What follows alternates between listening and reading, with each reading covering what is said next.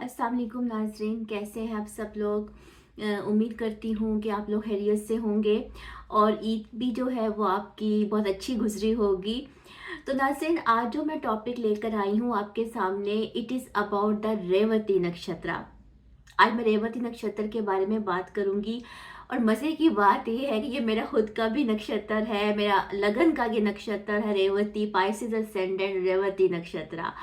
रेवती नक्षत्र जो है वो पाइसेस में फॉल करता है होल 16 डिग्री 40 मिनट से लेकर 30 डिग्री होल तक ये पाइसेस साइन में फॉल करता है। नाज़रीन, according to the ancient seers इस नक्षत्र की जो कॉन्स्टलेशन हुई है वो फेंट स्टार से हुई है, यानी कि फेंट स्टार मध्यम सितारे, ठीक है। और आसमानी नक्शे नक्शे के ऊपर जो इन सितारों की छवि देखी गई है तो वो एक ड्रम की तरह की है, ठीक है। तो इसके साथ जो है वो दो सिंबल्स कनेक्ट किए जाते हैं। एक तो सिंबल फिश का है ऑलरेडी, जो कि पाइसिस का खुद का भी सिंबल है, और दूसरा जो है वो ड्रम का सिंबल है। ड्रम के सिंबल की वजह से इसकी जो रिजेम्बलेंस है वो धारिष्टा नक्षत्र से भी मिलती है, क्योंकि इन दोनों नक्षत्र का जो ताल्लुक है वो वेल्थ के साथ है, क्योंकि रेवती को भी जो है वो एक वेल्थी नक्षत्र माना गया है। वैसे रेवती नक्षत्र जो है वैसे तो ये अबंडेंस का नक्षत्र है, फ्रूटेशन का नक्षत्र है, लेकिन इसके साथ जो है वो दीगर सब्जेक्ट्स से बहुत अहम है। इसका जो एसोसिएशन है अकॉर्डिंग टू द वैदिक टेक्स्ट वो पुषान के साथ है, और पुषान को जो है वो सोलर एनर्जी के साथ रिलेट किया जाता है। It is related with the division of the varsha, यानी कि सोलर ईयर को दो हिस्सों में जो दो हिस्सों में जो डिवीजन करने वाली एनर्जी है वो पुषान के पास है। Pushan is also related with the transition. It means यानी कि ट्रांजिशन से मुराद है डॉन का पीरियड। जैसे कि डॉन जो है वो एक ट्रांजिशन पीरियड होता है जो कि नाइट और डे के दरमियान होता है, यानी कि अभी रात जो है वो ढल रही होती है और दिन जो है वो भी पूरी तरह से नहीं नमूदार हुआ होता। तो उस एनर्जी के साथ जो है पुरुषान का ताल्लुक है। अगर आप पाइकों के इसकी सारी फॉर्मेशन जो है वो पाइसिस में होती है, तो रीबर्थ और ट्रांसफॉर्मेशन जैसे जो सब्जेक्ट होते हैं उससे जो है वो इस पुछान का जो है वो ताल्लुक है। नाज़रीन, जो रेवती नक्षत्र है इसके बारे में जो है वो एंशिएंट टेक्स्ट ये भी कहते हैं कि पुराने वक्तों में जब सन जो है वो रेवती नक्षत्र से होता था या गुजरता था तो इसको जो है वो क्रॉप्स के लिए बहुत अच्छा समझा जाता था, एग्रीकल्चर के लिए बहुत अच्छा समझा जाता था। और इस नक्षत्र का इस नक्षत्र को ऑस्पिशियस समझा जाता है जब ज़मीन में बीज बोया जाता है। जब ज़मीन में बीज बोया जाता है, फसल का इंतज़ार किया जाता है, तो ऐसे टाइम पीरियड जो है वो रेवती नक्षत्र जो है वो ऐसी एक्टिविटीज़ के लिए बहुत ऑस्पिशियस नक्षत्र जो है। नाज़रीन, रेवती जो है इसके साथ एक एक ऐसा मिथ है, और उस मिथ के पीछे जो है बहुत ही डीप लॉजिक है। बेसिकली जो रेवती नक्षत्र के लोग होते हैं, sometimes they are let down by the society and they are misunderstood by the people. Basically ये नक्षत्र जो है वो बहुत आर्टिस्टिक लोगों का नक्षत्र भी ख्याल किया जाता है, और बहुत ज़्यादा जो क्रिएटिव अर्ज है वो भी इस नक्षत्र के साथ रिलेटेड है। इसके साथ जो एक एनिमल सिंबल है वो है फ्लाइंग एलिफेंट का, ठीक है। मैं आप इसकी लॉजिक भी आपको बताऊंगी। अब जो फ्लाइंग एलिफेंट है, वैदिक टेक्स्ट ये कहते हैं कि एलिफेंट के जो थे वो पर होते थे, ठीक है, और एलिफेंट जो है वो उड़ते थे। तो एक एलिफेंट था जो कि उड़ रहा था, तो वो एक दरख्त पर बैठ गया, ठीक है। अब एलिफेंट का जो है वजन जो है बहुत ज़्यादा होता है, तो उसके नीचे जो थे वो एक मेडिटेशन में सेज थे जो मेडिटेशन में बिजी थे। जब वो दरख्त पर बैठा एलिफेंट तो वो नीचे गिरा, ठीक है, उसकी वजह से उनकी मेडिटेशन डिस्टर्ब होगी, और फिर उन्होंने एलिफेंट्स को कर्स कर दिया कि एलिफेंट जो है वो अब उड़ेंगे नहीं, वो अब ज़मीन पे चलेंगे। अब वैसे तो नाज़रीन ये कहानी है, ठीक है, इसके साथ ये वैदिक टेक्स्ट के अकॉर्डिंग अगर देखा जाए, लेकिन इसके पीछे एक बहुत डीप लॉजिक है। वो ये है नाज़रीन कि रेवती नक्षत्र के जो लोग हैं, ठीक है, और पाइसिस से रिलेटेड जो लोग हैं, पाइसिस लगन के जो लोग हैं, दे कैन फ्लाई हाई, ठीक है, they can think high, but sometimes वो स्टक हो जाते हैं ज़मीन के साथ, स्टक हो जाते हैं उनके पाँव ज़मीन के साथ। कि जितना ऊंचा जो है वो सोचते हैं, ठीक है, उतनी तेजी से वो मूव नहीं कर सकते। क्योंकि नाज़रीन, इन लोगों का सबसे बड़ा प्रॉब्लम ये होता है कि ये अपने आइडियाज़ के साथ बहुत कनेक्टेड हो जाते हैं, अपनी ड्रीमी वर्ल्ड में, अपनी इमेजिनरी वर्ल्ड में ये एब्जॉर्ब हो जाते हैं, और इनके लिए जो है वो दुनिया को फेस करना, दुनिया की रियलिटीज़ को देखना बहुत मुश्किल हो जाता है। ये पाइसेस असेंडेंट वालों का भी डायलीमिया है और रेवती नक्षत्र वालों का भी डायलीमिया है।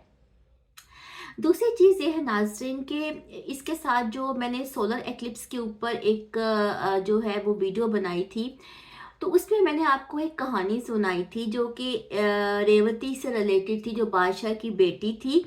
और जो बादशाह जो था वो उसको ब्रह्मा लोका लेकर गया था, जहाँ पे टाइम जोन डिफरेंट था, क्योंकि उसको अपनी बेटी के लिए जो है वो प्रॉपर जो है वो मैच नहीं मिल रहा था।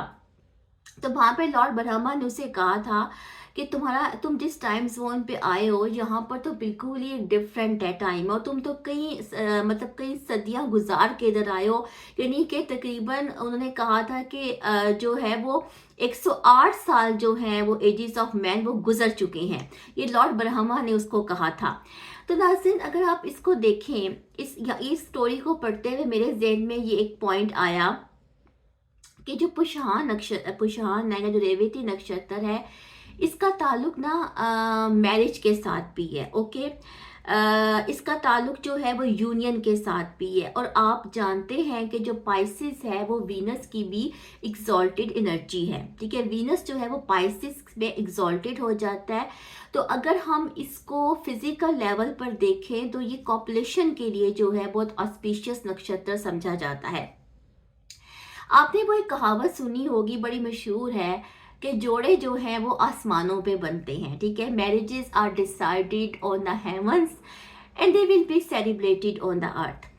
लेकिन समटाइम्स कुछ कनेक्शंस ऐसे होते हैं नाज़रीन, जैसे कि रेवती को अपना मैच ना मिल पाना, और उसके बादशाह का उसको लेकर ब्रह्मा लोका जाना, जो कि एक स्पिरिचुअल जोन है, और वहाँ जाके उसकी जो शादी बालरामा से हो जाना। ओके, तो नाज़रीन, ये स्टोरी हमें ये दिखाती है कि क्योंकि स्पाइसिस जो है वो एक स्पिरिचुअल एनर्जी के साथ कनेक्टेड है, वो एक ऐसे ही टाइम जोन के साथ कनेक्टेड है।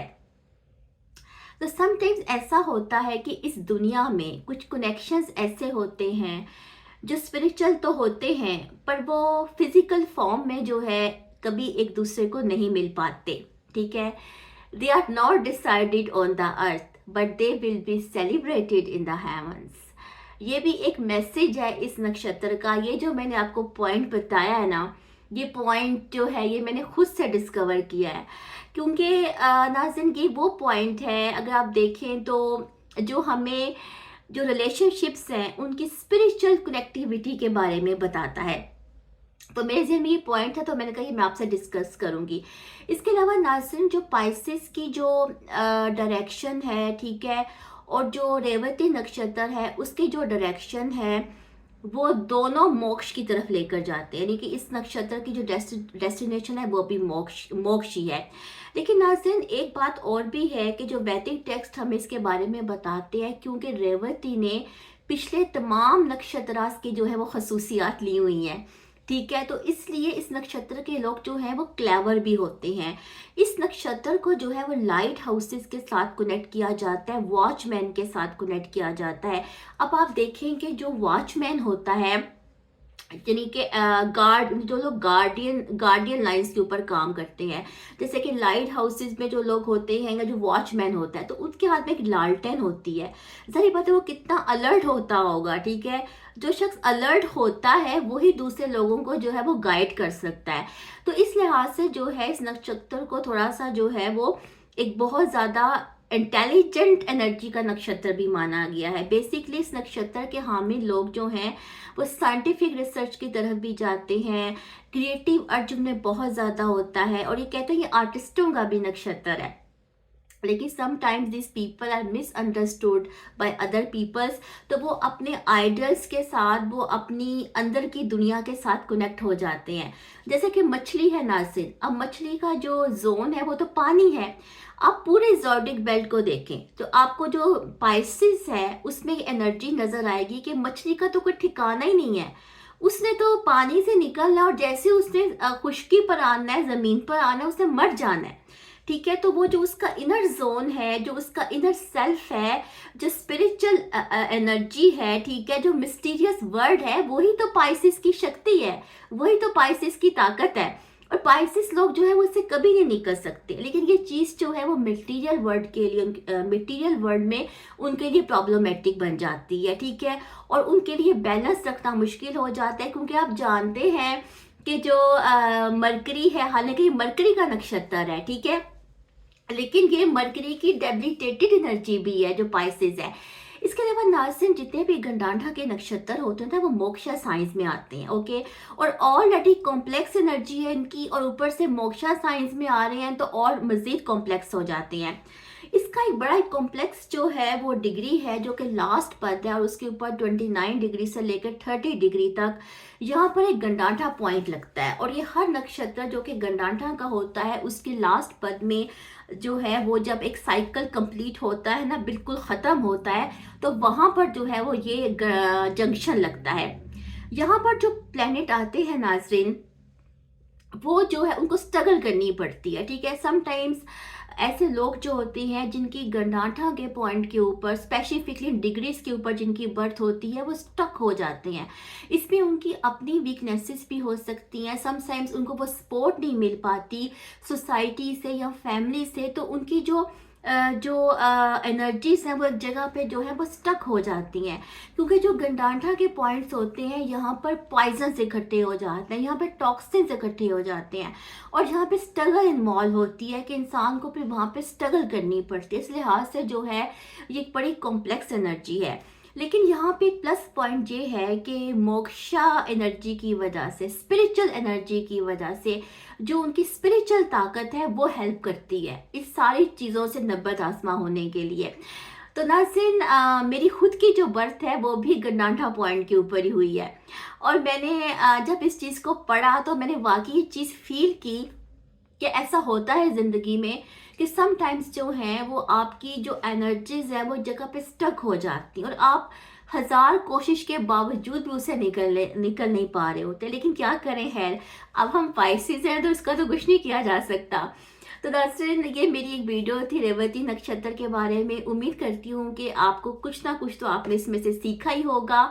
तो इंशाल्लाह किसी और टॉपिक के साथ आऊँगी, तब तक ये अल्लाह हाफिज़।